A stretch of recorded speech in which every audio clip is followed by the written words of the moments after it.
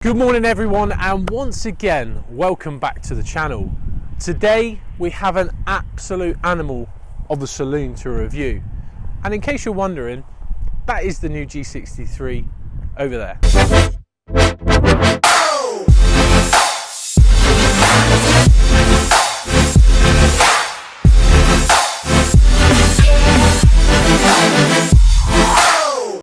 So if you haven't guessed it already, this is the AMG E63S 4Matic Plus saloon.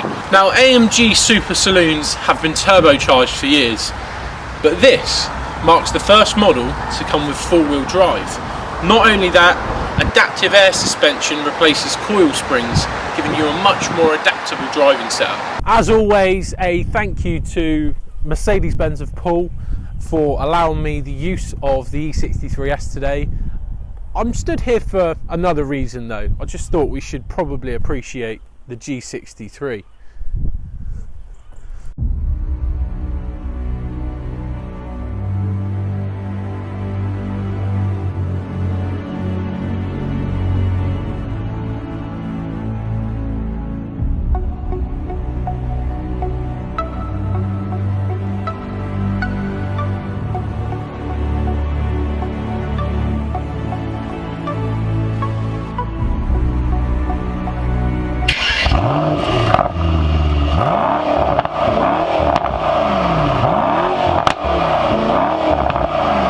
Right guys, so let's get this review underway. Now, as I've already explained, E63S Saloon, 4Matic Plus, and my god, what a weapon. 0 to 60, I've got to start with that, and I love this bit. 3.4 seconds. Let me tell you, that's knocking on the door of Ferraris, Lamborghinis. It is quick. This thing is quicker than a GTS in a drag race.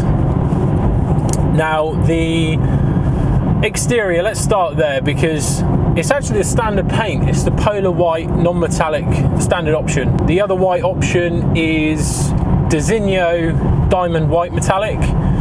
That's quite an expensive option, but actually I think the polar white looks really nice when it's clean. It looks stunning in white. And it also has an AMG night package, which I think really complements the white because it changes the front lower splitter, the side seals, wing mirrors, and also the exhaust tips to gloss black.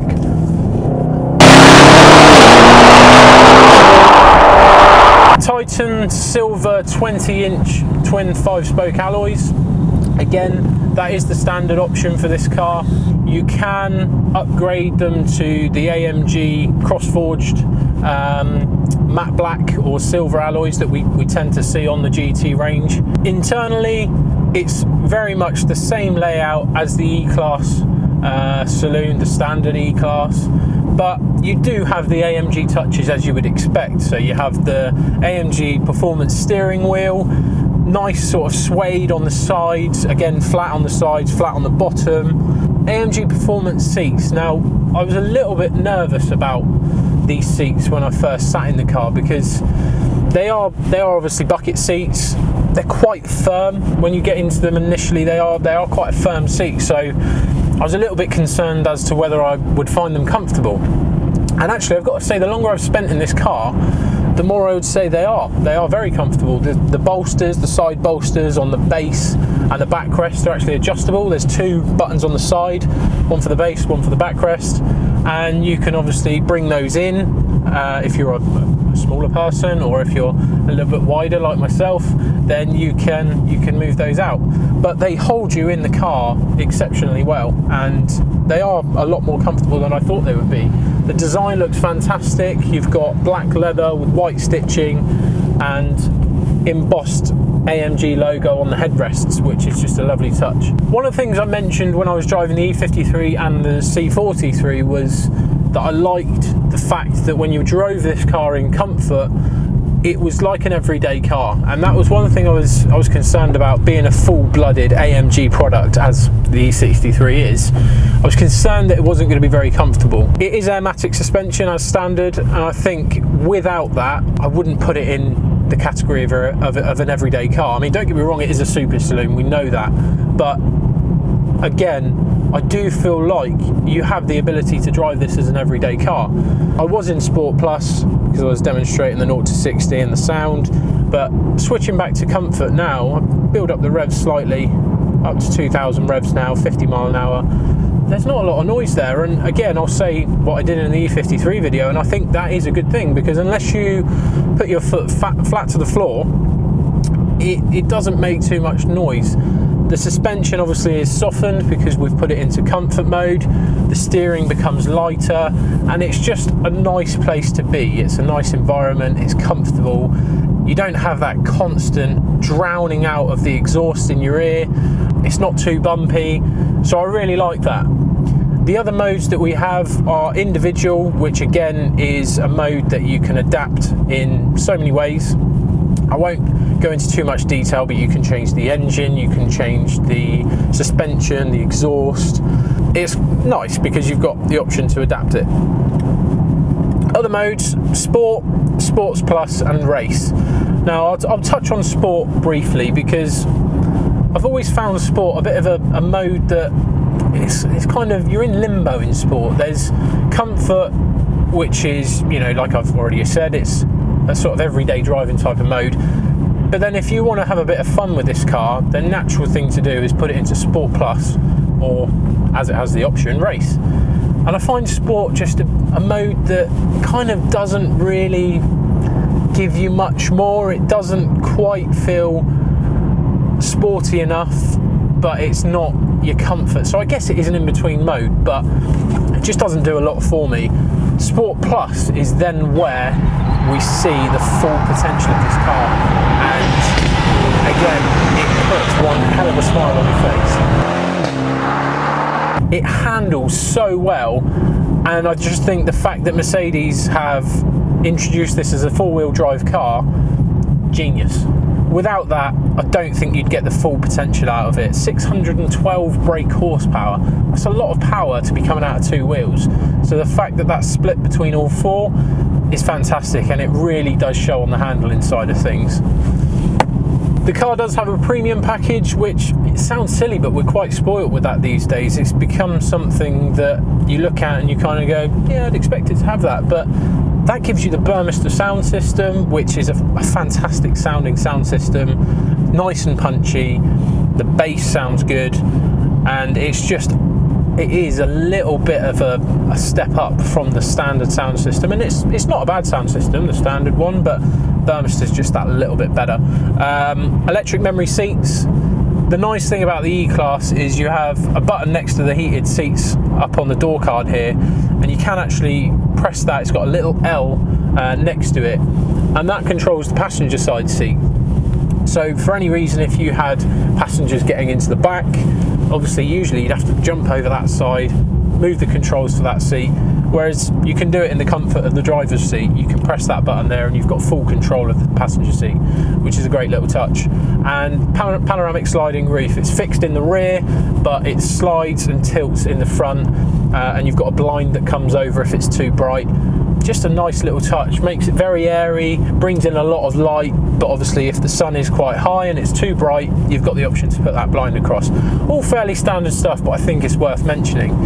So to go into the four-wheel drive in more detail, this has the AMG Performance 4Matic all-wheel drive system, which is a completely new system. We've not seen it before, and it allows torque distribution to the front and the rear axles.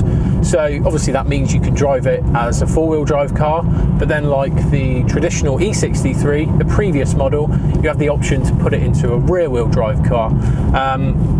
That does of course mean you can drift it. Unfortunately I can't demonstrate that in this video, and it does have an actual drift mode, and the way you turn that drift mode on is on the center console here where the touchpad is. You press the ESP button, that turns traction control off. You have to hold it down and it will then come up saying drift mode on the speedometer screen. Pull both the flappy paddles together and then it will ask you to confirm it by pressing the up paddle shift. That puts it into drift mode. Again, I can't perform launch control because the car's done less than 1,000 miles, and there is always a sticker on the top right hand side of the screen informing you that the car needs to be worn in effectively. So I can't demonstrate launch control, but again, you put it into Sports Plus or Race, and then you put your foot on the brake with your left foot, and then you put your right foot all the way down on the accelerator. It will then come up saying launch control or race start, I think it's actually referred to, enabled, and you take your foot off the accelerator and then it will do the launch start. One thing to bear in mind with the race mode is that it's only available in the S model, so if it is something that you're wanting to enjoy, and you know there could be drivers out there that take these kinds of cars on track, then make sure you order the S model. Just listen to that. That is in Sport, so there was no exhaust on there. If we flick it back up to Sports Plus, put the exhaust back on, what a difference. And that's what I mean when I say about the Sport mode being in limbo a little bit. It just doesn't quite have the same sort of grunt as the Sports Plus does. Again, I've completely overseen the exhaust there, but it does have the AMG performance exhaust, which you know is crucial in my opinion in this car. It's got all that power, and if you don't have the exhaust, you're just not getting the full potential out of it. The E63 has an electronically controlled rear differential lock, and it basically just means that there's less slip to the inside wheel when cornering, which allows you to get onto the accelerator earlier with more power.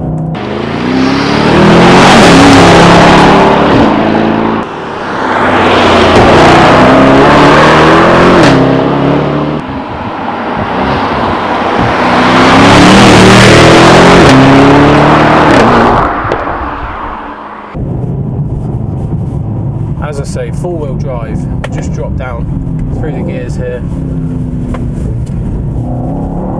and it sticks to the road. I can't get over how well this car handles.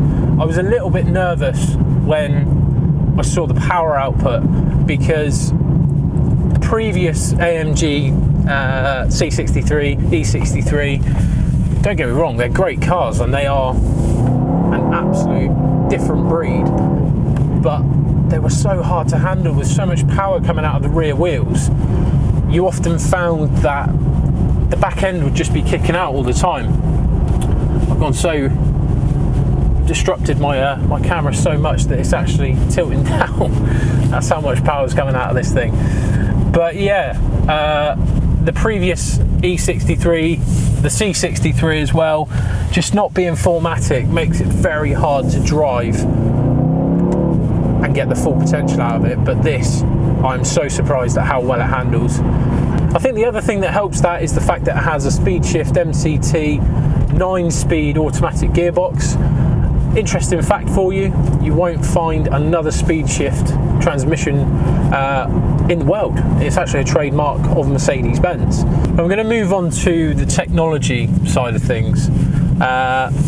It does have widescreen cockpit, that is standard, but again, there's so much tech in this car, and there was even things that I was surprised to see, and I've worked with the brand for 3 years, so my general knowledge of the brand is fairly good. It's not the best, it's never going to be, it could always be better. But if you go into the vehicle settings on this car, you have a few options that are fairly new, I've not seen before. One of them being dynamic select, and it gives you engine data, vehicle data, and dynamic data. So if you press engine data, it is an additional screen to your speedometer. So what is usually your navigation or your radio becomes an additional screen with horsepower output information and also your torque information. So it has a rev counter almost, and it shows you how much brake horsepower you're using, how much torque is being used, and then the temperature as well. Nice little touch, certainly for track days, things like that. If you then go on to vehicle data, it will tell you relevant information to the mode you're in, and it shows the suspension setup, also shows the temperature in the tyres. I mean, that sort of detail is just incredible. And when you look at a car and how a car's built and what you want from it, little things like this aren't necessarily things that would make you buy a car or not buy a car, but the fact that they're there for you to be able to use, and when you see it, for me, when I saw it, I was like, that's nice. That's a nice little touch. Well thought out. Another little setting within the vehicle settings is something called track pace. Now again, this just blows your mind. The detail that Mercedes have gone into.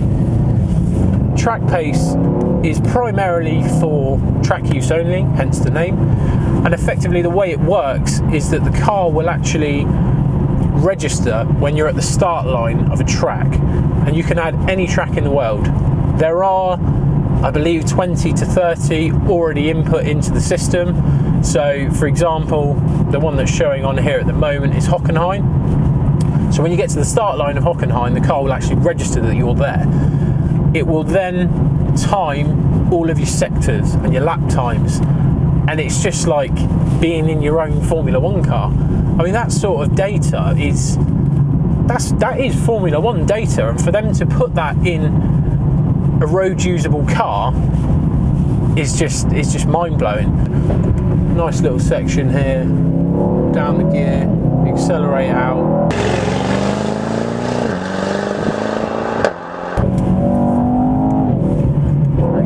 And this, I mean, it's just stuck to the road. Another nice little windy bend here. And it does just put a permanent smile on your face. And I'll refer back to the seats again. I suffer with a little bit of back pain, and I was very concerned about the seats and whether they would be very comfortable. Camera's dropped again. There we go. And I've got to say, they are extremely comfortable. They hold you in so well, and it's really changed my mind. That was one thing I was concerned about, because comfort is important, certainly when you're driving long distances. And yeah, that ticks the box for me. I hope you all enjoyed the little teaser of the G-Wagon in the earlier part of this video. I can actually tell you that is going to be the next review, and I've got to say I'm extremely excited about that, because in my opinion, I know it's easy to say because it's a new model, but genuinely, in my opinion, I think that is the best looking G-Wagon that we've seen yet.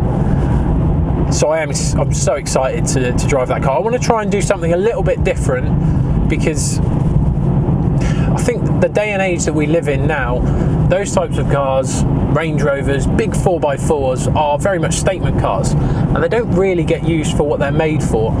But the G-Wagon is arguably one of the best 4x4s we'll ever see, and I really want to try and demonstrate the off-road use of that car. I'm not quite sure if I'm going to be able to, just to location and being able to have access to those types of areas, but I certainly will try my best to be able to bring a true understanding of what that car can do for what it was made for. Once again, I'd like to thank everyone for tuning in. It's just each day I wake up and I've got new subscribers, I've got more views, and this is only going to be my third video. The E53 video now has had over 21,000 views, and the C43 video is up to 6,000. 3 weeks ago I started with 40 subscribers. I'm now up to circa 190, and that's just in 2 weeks. So I hope that everyone's enjoying the videos. Each week I'm learning new things, and I'm listening to your feedback and adding those into videos. And all I can say is just keep throwing that feedback at me. If there's things that you want to see or things that you don't think were very good, be honest. You know, I'm more than happy to listen and take advice from people. And again, I thank everyone for tuning in. The journey so far has been great. Sounds silly, I know, because it's only 3 weeks, but I'm really enjoying it. I'm lucky enough to work with a brand like Mercedes and have the use of these cars. And yeah, that's it really for now. So stay tuned. Next week, G63 AMG review. It's going to be a great one. I know you're all going to be excited about it because it's a new product. There's not many reviews out there yet. So subscribe if you haven't already. Like this video, share it, and I will see you guys in the next video.